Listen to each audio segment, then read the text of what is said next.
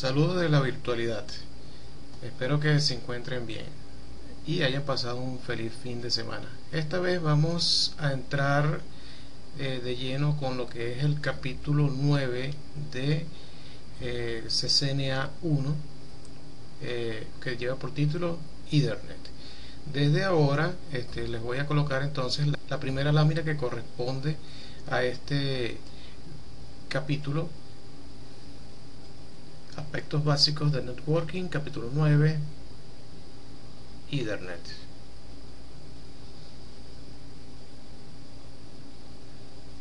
Pasando a la siguiente lámina tenemos los objetivos, los cuales son identificar las características básicas de los medios de red utilizando Ethernet, describir las funciones físicas y de enlace de datos de Ethernet, describir la función y las características de método de control de acceso, que es uno de los conceptos que vamos a ver en este capítulo. Es uno de los más básicamente estudiados acá. Explicar la importancia del direccionamiento de capa 2 utilizando para la transmisión de datos y determinar cómo los diferentes tipos de direccionamiento afectan el funcionamiento y el rendimiento de las redes. Esto es algo importante. Indicar las similitudes y diferencias de la aplicación y las ventajas de utilizar switch en las LAN en lugar de un hub, algo que ya hemos venido conversando desde el principio de este curso. También un concepto importantísimo, el ARP o protocolo de resolución de direcciones. Vamos a conversar un poco más de esto. Es importante acotar que ya muchas de las cosas que hemos venido de los conceptos que se manejan en este capítulo se han estudiado más que todo en los capítulos que hablan de capa 1 y capa 2, que son los que se refieren más que todo a Ethernet. Este capítulo tiene varios puntos interesantes. Uno es la descripción general de lo que es el Ethernet, que es el concepto más importante acá. Fíjense que Ethernet es en realidad un protocolo que es el que maneja una serie de condiciones interesantes para poder pasar información a través de la red. Vamos a hablar de algo de historia de la comunicación, cómo se pasa el entramado Ethernet a través del cable. Vamos a hablar de lo que es el control de acceso a los medios, algo de lo que es la capa física utilizando el Ethernet y algo muy interesante que son los switch y hub, y compararlos, darle la idea de qué dispositivo debe utilizarse cuando vamos a desarrollar o vamos a planificar una red para una corporación o una empresa pequeña, o incluso para colocarlo en el hogar. ¿Qué debemos utilizar? Un switch. ¿Por qué será más eficiente el switch? ¿Será el hub? ¿Para qué podemos utilizar el hub en caso de que tengamos uno? Esos son algunas cositas interesantes que debemos cumplir al terminar este capítulo.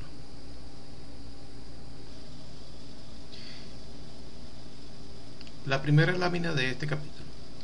Fíjense en estas dos imágenes donde podemos ver dos redes de computadoras. Una, la superior, y por supuesto una que apareció en los primeros tiempos de lo que era Ethernet. Era un medio en el cual se pueden ver varias máquinas conectadas a un cable. Esto en realidad era una topología que se utilizaba para cable coaxial. Fíjense que cuando vemos lo que es topología, tiene topología física en bus y topología lógica en bus. Tenía muchos errores. Una era que si en algún momento y por alguna causa una de las máquinas se desconectaba de la red, todo el servicio se caía. Por lo que, tratando de solucionar ese tipo de errores, se llegó a la tecnología de estrella o la topología estrella física, que era colocar un dispositivo central al cual las demás máquinas se iban a conectar para brindar el servicio. Se mejoró mucho, ¿por qué? Porque en caso de que alguna de esas máquinas se cayera o tuviera algún desperfecto, si perdíamos la máquina 1, entonces el resto continuaba funcionando. Básicamente es mucho mejor ese servicio. En caso de que se cayera o perdiéramos el nodo central, es que la red total se caía. Pero por supuesto había muchas ventajas con respecto al funcionamiento de los equipos cuando trabajaban este tipo de topología. En la siguiente lámina se representa un switch como elemento fundamental de la red. Sigue trabajando la misma topología en estrella que estaba al inicio, pero el equipo central tiene mejor funcionalidades. Eso quiere decir que si un nodo envía información a alguno de los otros equipos que están dentro de la red, entonces se le brinda un 100% a ese dispositivo. ¿Por qué? Porque el switch internamente hace eso mismo, un switcheo entre los diferentes puertos. Quiero decir que si, por ejemplo, este puerto, el puerto 1, trata de enviar información al puerto, que creo que es el 8 porque está muy pequeño, entonces ¿qué es lo que hace él? Hace una conexión directa entre esos dos puertos, dándole un 100% a ese dispositivo. Es decir, que si nosotros tenemos, como vemos acá en la imagen, 4 dispositivos, a cada uno de ellos le va a llegar un 100%. Eso es con respecto a los switches y a los switches. Si por ejemplo en vez de un switch tuviéramos un hub, vamos a poner un hub por acá, y tuviéramos las mismas características, una topología en estrella con 4 equipos, a cada uno de estos dispositivos, como están conectados a la misma red, les llegaría un 25%. ¿Por qué? Porque haciendo una semejanza de lo que es el hub, podemos decir que es una especie de regleta. Es como cuando nosotros conectamos a una regleta eléctrica y tenemos varios equipos conectados a esa regleta eléctrica. Imagínense una computadora, una impresora y otros dispositivos adicionales. Cuando yo conecto esos dispositivos acá, les llega la misma energía, por lo cual podemos hacer esa similitud con el hub. Todos los equipos que están dentro de la red ven qué es lo que sucede. Vamos a cambiar acá el color de la... Si por ejemplo yo envío una información del nodo, vamos a llamar 1, al nodo 2, entonces todos los nodos van a ver esos paquetes que viajan a través de la red. ¿Qué es lo que sucede? Los paquetes llegan a cada una de las máquinas, pero esas máquinas rechazan el paquete cuando no es de ellos. Si el paquete va de la máquina 1 hasta la máquina, vamos a llamarla máquina 4, todas las máquinas ven el mismo paquete, pero lo rechazan porque no es para ellas. Así funciona el hub. El switch no. El switch internamente hace un switcheo para que los paquetes lleguen exactamente a la máquina que corresponde.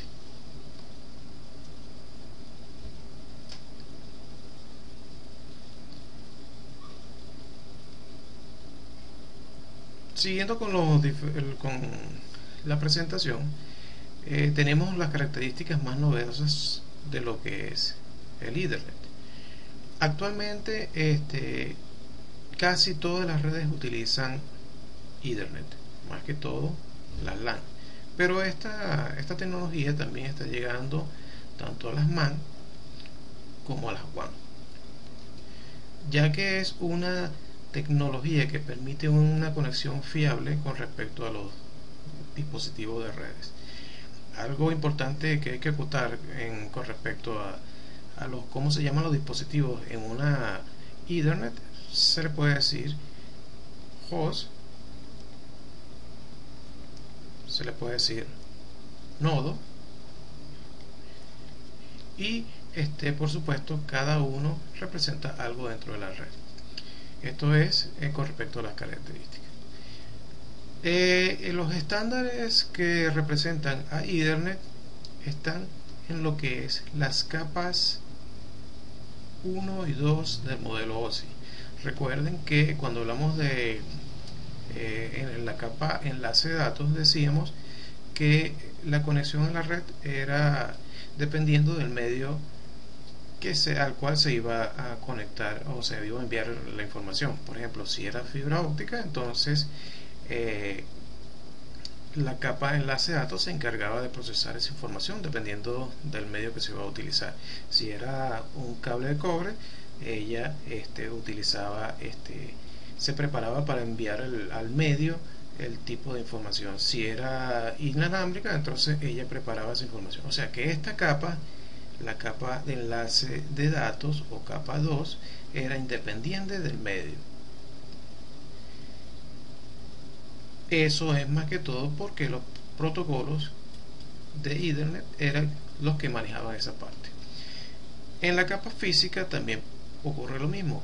Después que viaja a través del enlace de datos y prepara todos los datos para llevarlo a la capa física, todo lo maneja es Ethernet y por supuesto es quien determina cómo van a ser los unos y ceros que van a viajar a través de la red. Todo eso es, por supuesto, Ethernet quien lo hace y lo representa.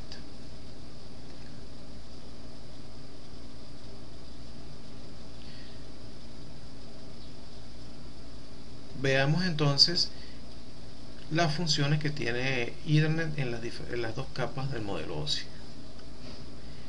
Aquí tenemos las limitaciones de la capa 1.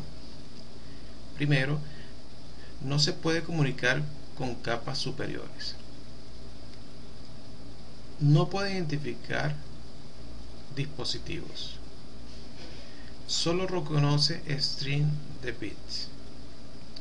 No puede determinar la fuente de la transmisión cuando transmite múltiples dispositivos. Por supuesto, en la capa 1 del modelo OSI, lo que se llega hasta ese punto es unos y ceros que es transmitido a través de la red, por lo cual no existe ningún control, solamente la transformación de esos unos y ceros y manipulación para llevarlo a la forma digital. En las funciones de la capa 2 tenemos se conecta con las capas superiores mediante el control de enlace lógico. Recuerden que cuando tenemos las capas del modelo OSI son 7. Lo que es de la mitad de la capa 2, si tenemos la capa 2, aquí tenemos enlace de datos. La capa 2 se divide en dos, que es la parte lógica y por supuesto la MAC. A partir de la mitad de la capa 2 y hacia arriba, hacia las capas superiores, donde tenemos tanto la capa 3, 4, 5, 6 y 7, todo esto es software. Mientras que lo que viene hacia abajo, que es capa 1 ya, es hardware. Eso quiere decir entonces que ella es la que controla todo lo que viene de las capas superiores, que es software, y lo lleva hacia lo que es la transformación de 1 y 0, que es en la capa física. Utiliza un esquema de direccionamiento para identificar dispositivos.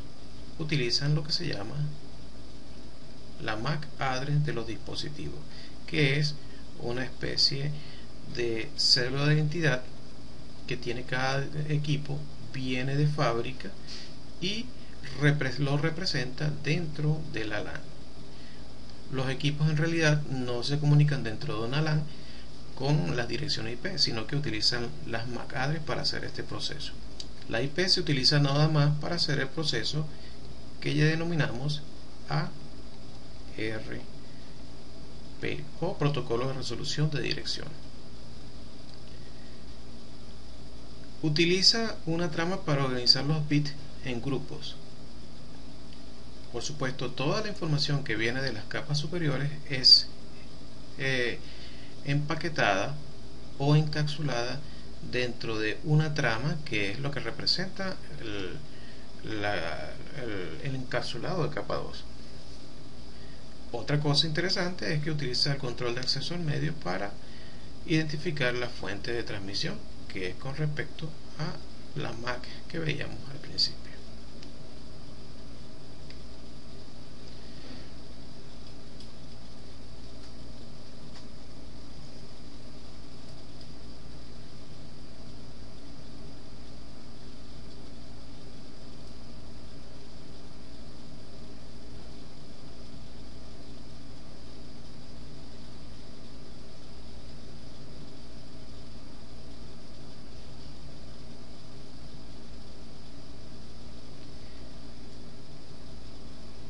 Hablando de la primera mitad de la capa 2, que es la capa de control de enlace lógico, tenemos acá qué es lo que hace.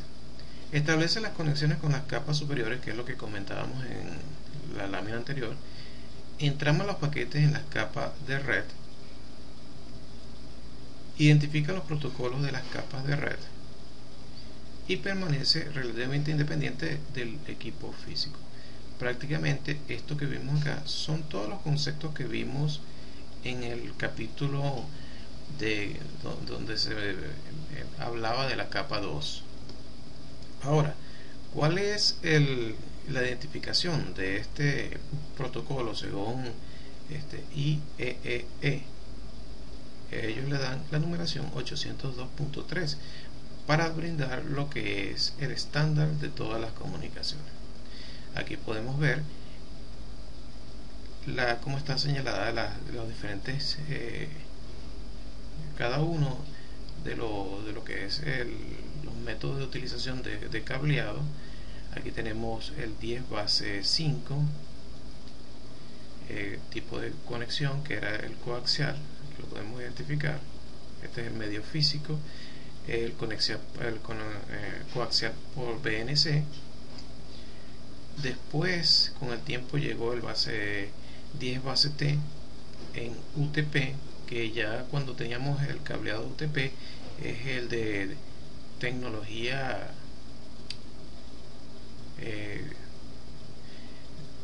estrella o topología estrella, donde colocábamos un hub en el centro y de ahí entonces se distribuía al resto de los dispositivos. Después fue subiendo lo que era el número inicial de esta base es 100, y esa es la velocidad que tenía cada uno de esos medios. 10 base TX, que llegaba incluso hasta 100 metros, que podemos verlo por acá, y así fue subiendo con el tiempo hasta representar lo que tenemos ahorita, que es uno de los más rápidos, la fibra óptica.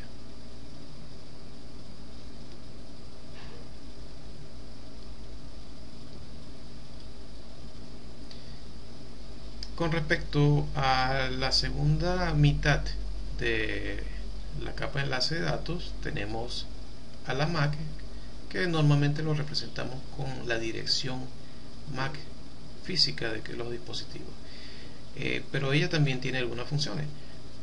Con respecto a lo que es el encapsulado, tenemos la delimitación de la trama, quien se encarga de hacer la delimitación de la trama, el direccionamiento utilizando esa misma dirección que ya hemos conversado, la dirección MAC. También se encarga de la detección de errores. Acuérdense del chequeo que tiene, el check que tiene la trama de enlace de datos al final. Utilizando un algoritmo, ella determina si esa trama enviada es correcta o no.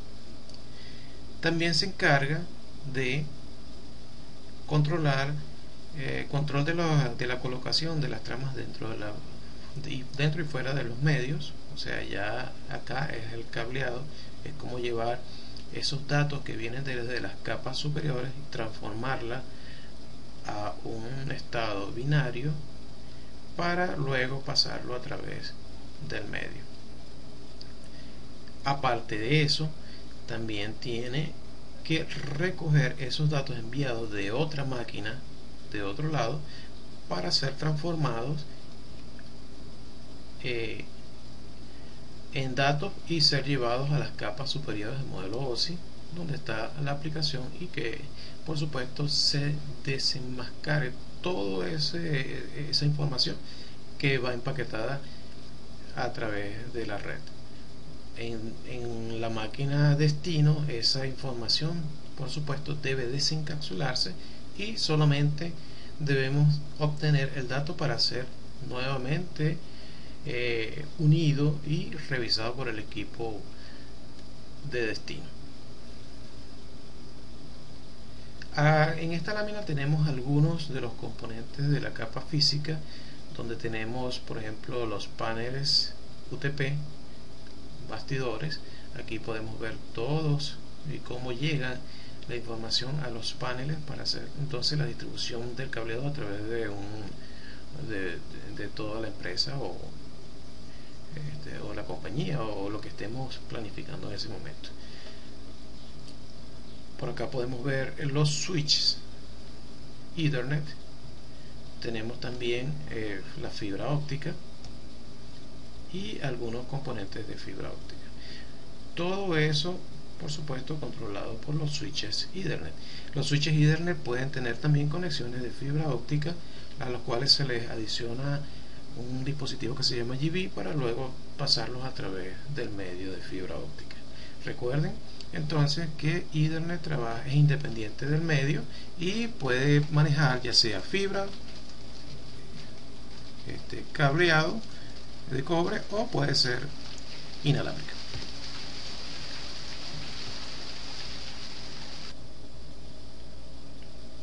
Ok, disculpen el ruido en la lámina anterior, lo que pasa es que, como saben, en Maturín llueve mucho.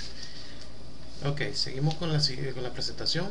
Función y características del método de control de acceso al medio. Tenemos MAC en Ethernet.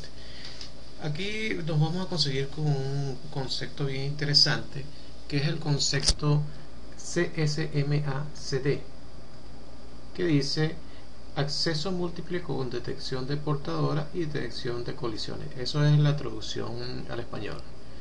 Si lo decimos en inglés, Carrier Sense Multiple Access with Collision Detection. Esto lo que hace es representar cómo en realidad se manejan los equipos cuando hay varios dispositivos conectados a una red, cómo pueden transmitir la información. Me voy a apoyar en un video que conseguí en internet para brindarles esa idea de una forma mucho más fácil.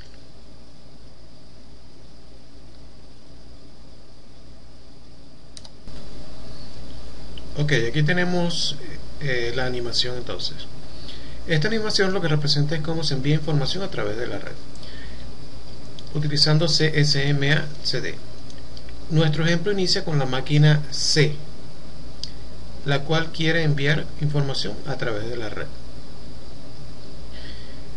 Ella lo primero que hace es escuchar antes de transmitir. Verifica que está la portadora e inmediatamente realiza un proceso de temporización para luego volver a verificar si no hay nada en la red. Ella verifica nuevamente y envía la información a través del medio. En otro ejemplo podemos verificar que dos máquinas quieren enviar información al mismo tiempo. A y D quieren hacerlo. Verifican la portadora, pero envían información y existe una colisión. Una colisión es cuando dos máquinas envían información al mismo tiempo, por lo cual entonces empieza un proceso en el cual las máquinas determinan que hay un embotellamiento en la red, y esto se le da el nombre a ella.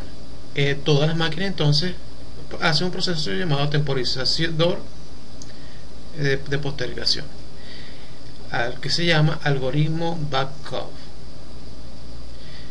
En ese momento, la primera que llega a su tiempo límite es la que empieza a enviar la información nuevamente a la red.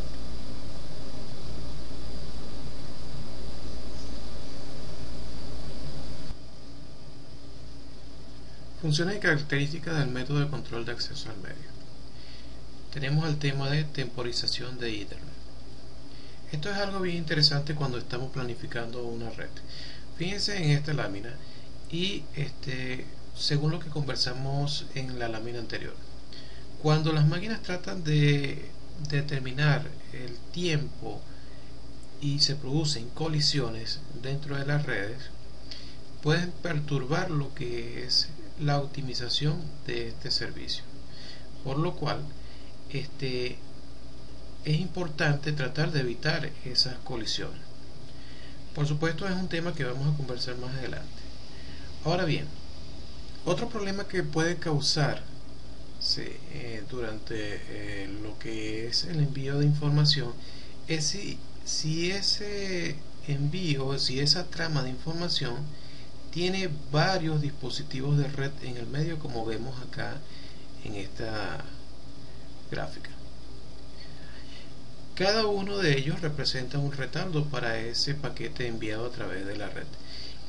Y por supuesto, si hay varios dispositivos conectados a ese medio, entonces nos vamos a conseguir con que todas las máquinas que vemos que ese paquete viaja, cuando viaja a través de la red, pueden verificar la información, por lo cual cuando llega a la última máquina puede ser que haya pasado un tiempo prolongado.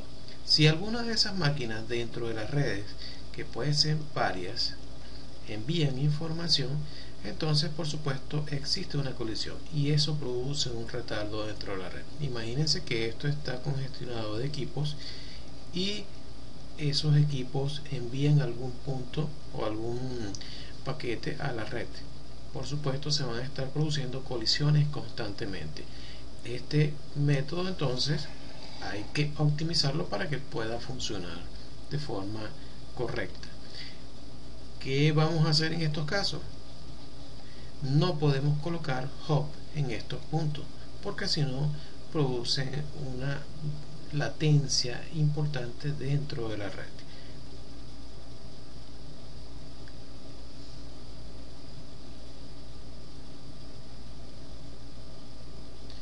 Otra cosa que hay que tomar en cuenta es que cada máquina dentro de nuestro entorno de red debe tener una dirección. Eso se llama dirección MAC y está representada por 6 números en formato hexadecimal. Ese formato es precisamente por la historia que viene con el Ethernet. Por eso es que está formado de esa forma. Ahora bien, son dos números agrupados para representar ese número. Lo importante acá es que cada una de las máquinas que estén dentro de la red deben tener esa numeración hexadecimal a la cual se le da el nombre de MAC address. Sabemos que dentro de la red cada uno de esos equipos tiene una dirección IP. Por ejemplo, la dirección 192, 168, 10, 20. Pero también a ella debe estar asociada una dirección MAC que podemos, por ejemplo, poner la 0, 7, 0, 1, 1, 2, 1, 13, 41, 30, 0. Entonces aquí existe una asociación. Esto va a ser la dirección de capa 3 y esta va a ser la dirección de capa 2. Dentro de la LAN se utilizan las direcciones MAC. Esto es en la LAN. Mientras que para enviar información hacia Internet se utiliza la dirección IP. Ahora, ustedes preguntarán, bueno, ¿y por qué entonces se tienen las direcciones MAC? Bueno, ¿y cuándo se utilizan las direcciones MAC? Las máquinas dentro de la LAN utilizan las direcciones IP para hacer un proceso que se llama ARP, que es protocolo de resolución de direcciones o Address Resolution Protocol. Ellos envían una señal a todas las máquinas de la red e inmediatamente esos equipos retornan sus direcciones MAC para luego poder ser enviadas a través de la LAN. Aquí tenemos una representación de las direcciones y números hexadecimales, como podemos ver. En realidad, para lo que es el tema de este curso, no nos interesa que el estudiante haga muchas cosas con las direcciones MAC, pero sí sepa representarlo y sepa que existe. Por eso es que en el capítulo se muestra cómo se representan esas direcciones MAC. Podemos ver que en el binario, aquí tenemos en decimal el 0, aquí tenemos una representación binaria de un número que es el 0000000 y en hexadecimal se muestra de esta forma. Ahora, por ejemplo, el número 10, vamos a tomar el 10, tenemos 0, 0, 0, 0, 10, 10, que representan los 4 primeros bits, representan el 0, que sería 0A, y 10, 10 sería la A, y así sucesivamente. Se van representando todos los números hasta determinar cuál es la MAC address de los dispositivos.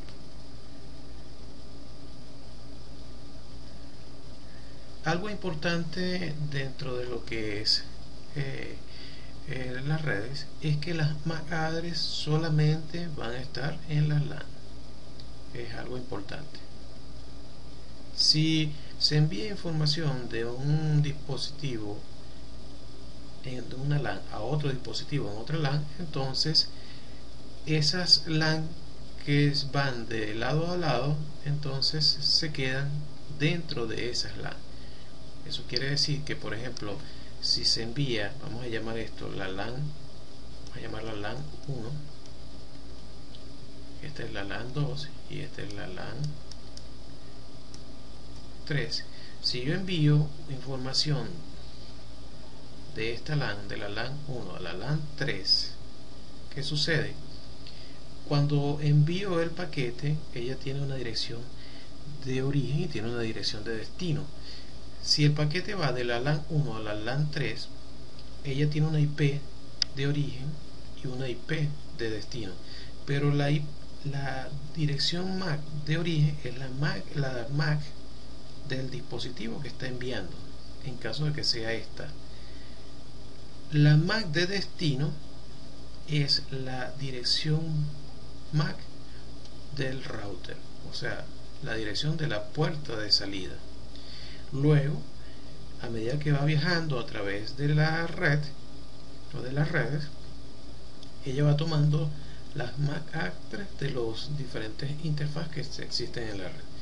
Por ejemplo, cuando ella pase a través de una interfaz a la otra, entonces esta interfaz va a ser la de origen, y la de destino es la otra interfaz que está dentro de la red, que puede ser la del otro router, y así sucesivamente hasta llegar a la máquina de destino que está dentro de la otra red.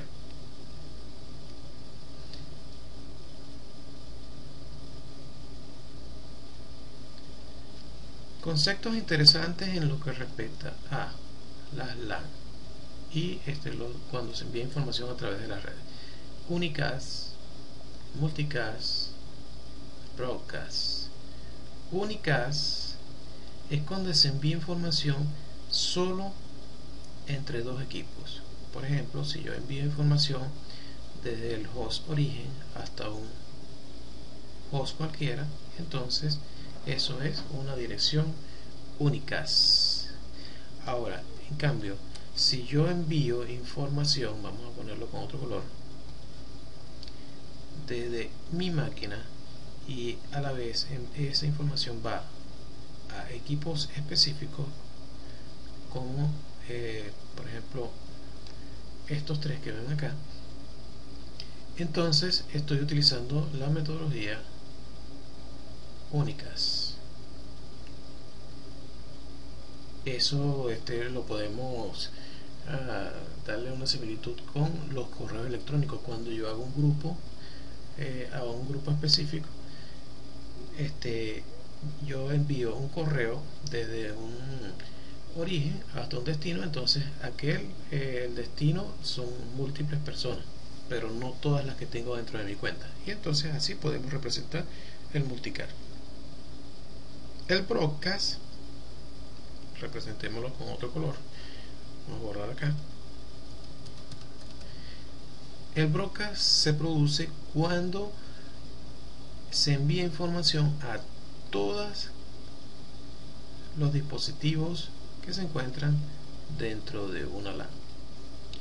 Es un método importante y lo utiliza más que todo hay un término que se llama broadcast, que es el que permite verificar las MAC address de todos los dispositivos dentro de la red.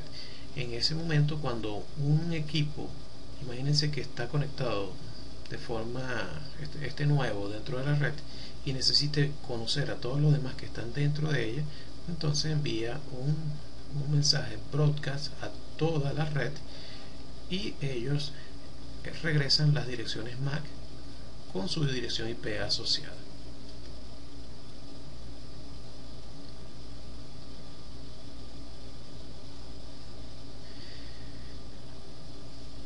Veamos acá una representación de una topología de red interesante.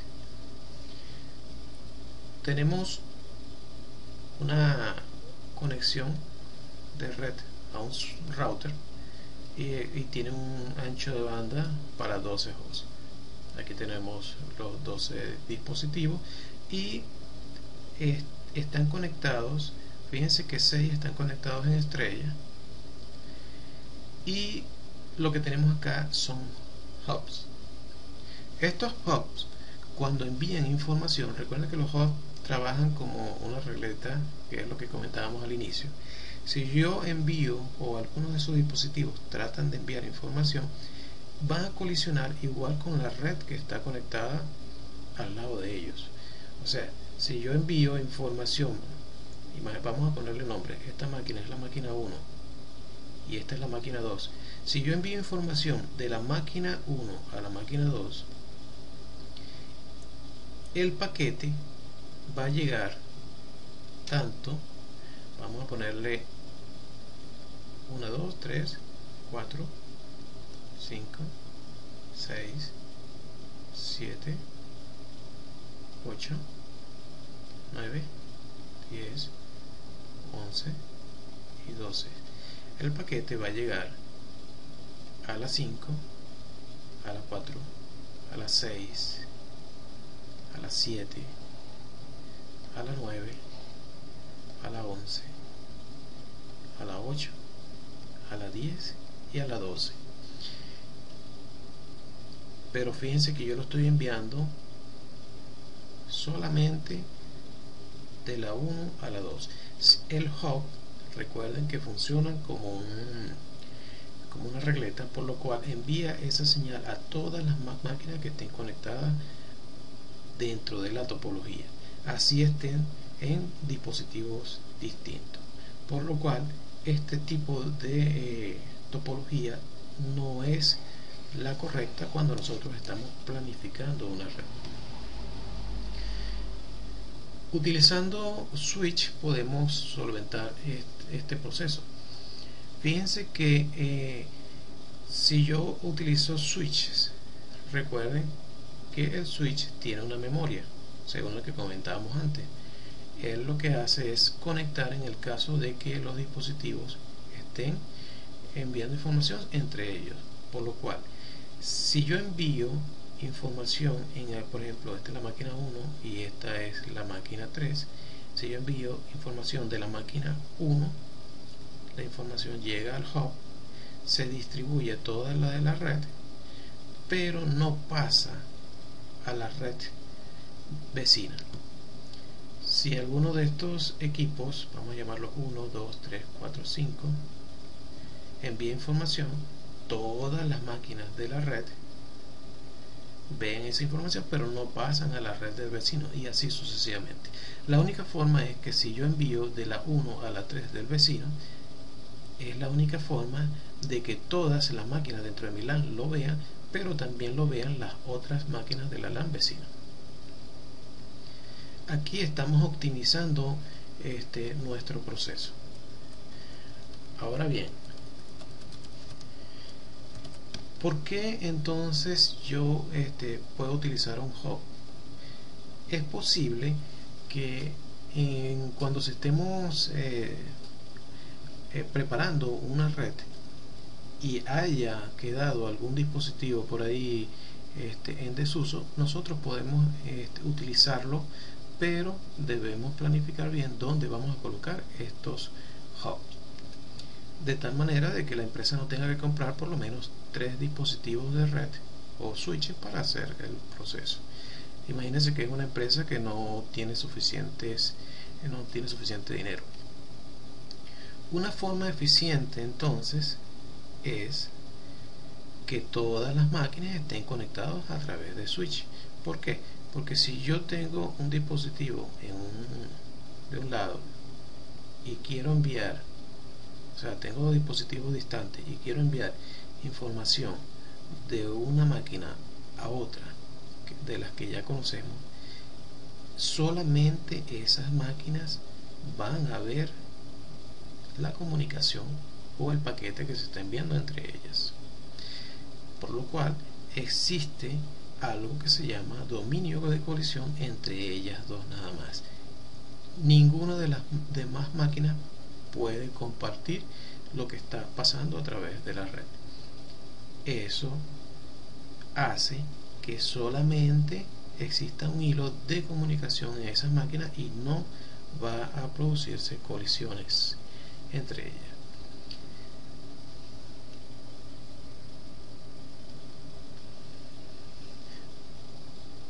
¿Por qué sucede eso? Porque el switch tiene una memoria flash, la cual es quien va guardando todas las MAC address de los dispositivos.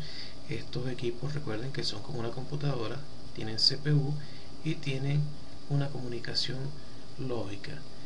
Las MAC address se van almacenando en la memoria flash y de esa forma el switch hace ese proceso de conmutación entre los puertos que sean necesarios. Se va creando entonces una memoria caché dentro de lo que es la memoria del switch, y a eso se le da el nombre de tabla de direcciones.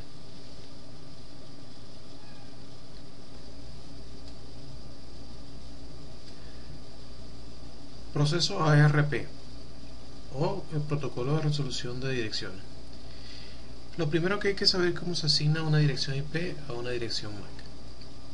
Por ejemplo, imagínense que, como vemos en la lámina, una topología con 4 equipos y una conexión a una WAN a través de un router. Y por ejemplo, el equipo A necesita conocer o enviar información al equipo C. ¿Qué es lo primero que hace? Fíjense, él debe resolver el ARP al inicio. Para ello debe enviar un broadcast un mensaje broadcast a todas las máquinas de la red, incluyendo la interfaz del router. De esa forma, por supuesto, todas las máquinas van a verificar ese paquete, y la máquina a la cual se le está enviando la información es la que debe responder y reenviar el paquete. ¿Cómo sucede eso? Siguiendo las líneas, fíjense, si A envía un broadcast, cuando se realiza un broadcast se envía el mensaje a todos los dispositivos de la red, como vemos acá. De esa forma, entonces él hace una pregunta: ¿quién es, por ejemplo, de lo que dice acá, quién es el dispositivo con la dirección IP 10.10.03? Entonces todos los equipos revisan ese mensaje y, por supuesto, como vemos en la lámina, quien va a responder es C, y C va a decir: mira, yo soy el equipo al cual está solicitando y tengo la MAC address 00000D5609FD-T1, como ven acá. Entonces, en ese momento el equipo A crea sus tablas de direccionamiento y coloca que la máquina asociada a 10.10.03 tiene la MAC address 000D 5609 FDP D1 y asocia esta dirección a la tabla de enrutamiento que tiene internamente en la memoria. Ahora bien,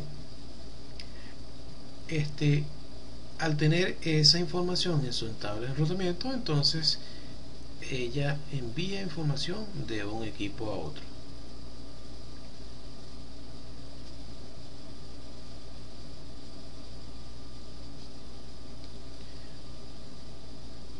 Otro proceso similar sucede cuando se va a enviar información fuera de la red local. Si A, siguiendo el ejemplo, necesita enviar información hacia Internet, siguiendo una ruta, ella debe saber primero la MAC address de la interfaz del router, por lo cual hace un proceso ARP nuevamente para verificar todas las MAC address de la red, y solo el gateway debe responder. Él responde y dice: mira, estoy en la dirección que está solicitando y tengo la MAC address tal. Ella crea su caché ARP, como vemos acá, y envía la información hasta el router. Luego el router, siguiendo la tabla de enrutamiento que tiene internamente, procede a enviar la información hacia Internet. Ese es el proceso cuando se hace fuera de la red. Ahora bien, imagínense que sacamos a un dispositivo de la LAN. En este caso se eliminó el computador C. ¿Qué sucede con esa tabla ARP? La tabla ARP al inicio o la primera vez, y según los sistemas operativos que se están utilizando, a veces puede durar la primera vez que se hace el proceso unos 2 minutos. Si se sigue enviando información entre ellas, puede llegar a mantenerla y entonces le da un tiempo mayor de 10 minutos, y así sucesivamente. Si el equipo es extraído de la red, por supuesto en un tiempo determinado perderá esa tabla. Otra cosa que podemos hacer es, desde el equipo A, eliminar la ruta que tiene C manualmente.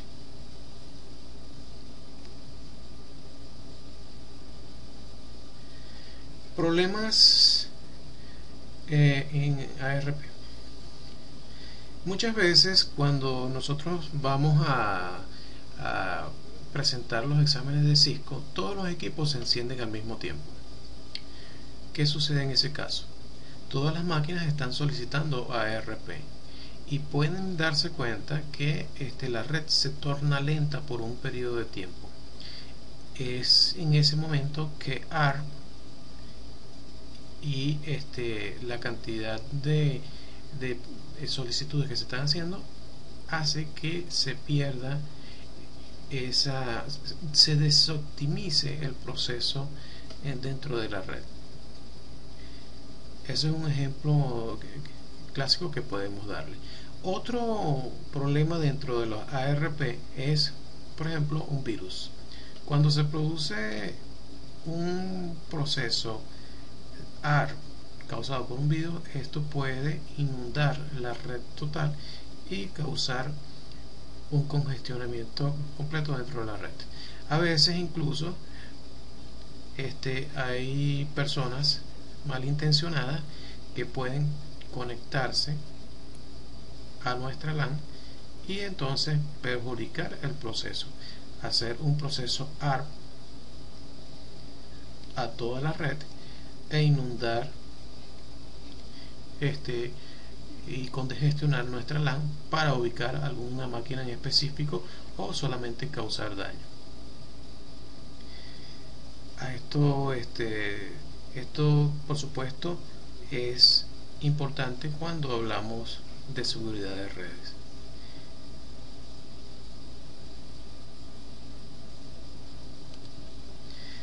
En resumen,